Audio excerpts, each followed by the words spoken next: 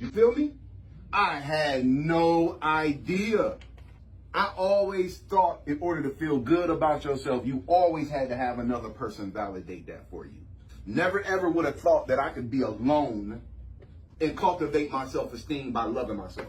You don't need nobody's permission, man. You don't need nobody around you. You don't need nobody to tell you you're doing a good job. You don't need none of that in order to feel good about yourself. Because self-esteem is called self-esteem. It ain't called us-esteem. It ain't called them-esteem. It's called self-esteem. You don't need nobody's permission. You don't need nobody's help. And self-esteem is a combination of your physical image, your accomplishments, your capabilities, and perceived success. Also, your self-esteem is your opinion of yourself and how much I love me. Practice makes permanent. And repetition is the mother of all skill. Some of us are blessed to have an environment that fosters high self-esteem while others are not so fortunate. Some of us were raised in a house where they fostered high self-esteem. And then again, some of us was raised in a house that totally, systematically destroyed our self-esteem as a kid. Being told you're stupid, you're dumb, being called out of your name, being physically abused, being emotionally abused. That's growing up in a household where they are destroying your self-esteem. It was all about building you up and making you feel good about yourself. Even when you made a mistake, they didn't even point out the mistake. They was like, it's okay. Because some of us, we see kids getting treated like that and get pissed off. Not because the people are doing something wrong, because we basically envious because we didn't have it in our life. Come on, man. Come on, extension. Come on, who representing with the extension cord?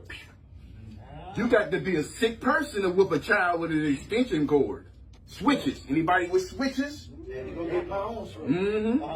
Anybody had a granddaddy or a grandfather or somebody had a strap? Yep.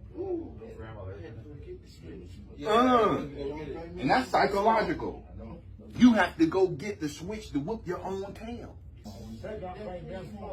You want the child to go and get the switch that you are going to use to beat them with. But despite unfortunate circumstances or events, you can cultivate high self-esteem. Think of the person who had a difficult childhood or a rough start in life. Despite the trials they faced, they were able to forge ahead. Right? Don't we know people like that? There's some people who grew up on the same street as you did. There's some people who grew up around the same drug dealers and the same prostitutes, seeing the same thing that you saw. They didn't go to jail. They didn't drop out of school. I don't care what you've been through. You can start cultivating your own personal self-esteem, and that's what we're going to be talking about. Stop comparing yourself to others, because comparison is the thief of joy. Oh, God blessed you, but he didn't bless me. Now you envious because you got 2 kids. It's hot outside. And mom got a little bit of ice cream left, and she's going to give it to these 2 kids. So she called the first kid in. First kid go in there and get his ice cream.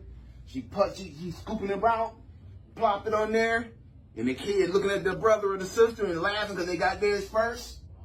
They get to run outside and start licking on it and eating their ice cream while the other one got to wait. And she put the little scoop on there, but guess what? It's a little bit more left in the bucket.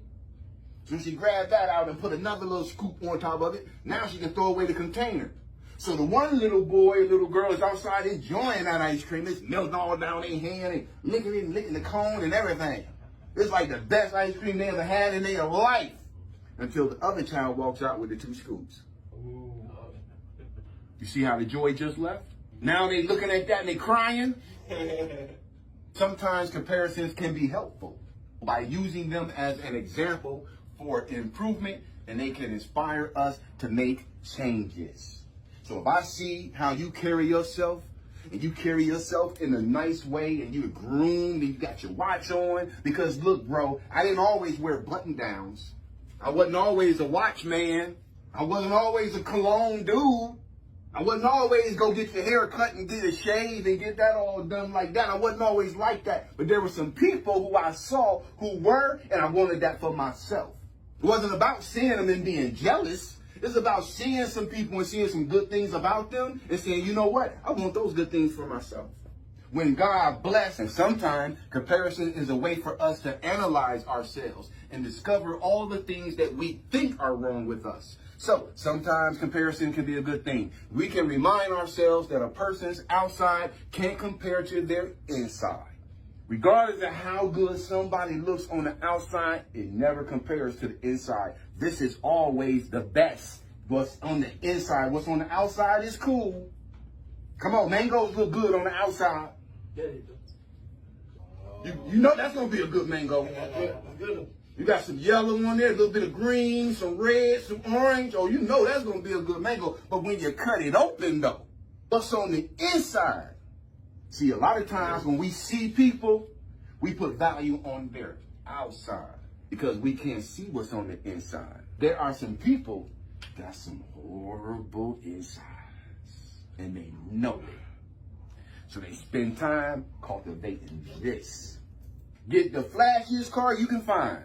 Get some rings. Make sure your outfits are, make sure you're elaborate with your jewelry and your rings because you got to get the attention.